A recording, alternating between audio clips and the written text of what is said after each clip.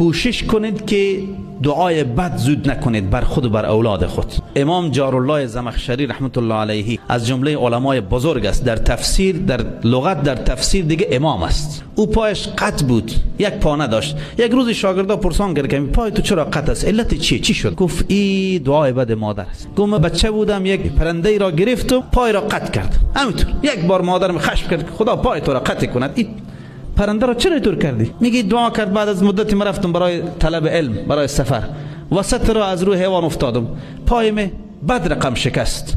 پیش طبیبا رفتم، گفت باید پای تو قطع بشه وگرنه به کل بدن تو سرایت میاد. پای مرا قطع کرد. ولی من یقین دارم که دعای مادر بود. یعنی گاهی ناخواسته دعای شما قبول میشه. اگر او روز مادر جارالله زمخشری میفهمید که دعاش اینطور قبول میشه، دعا را نمیکرد و از دلم نکرده بود دعا را، ولی از دهن بیرون شد.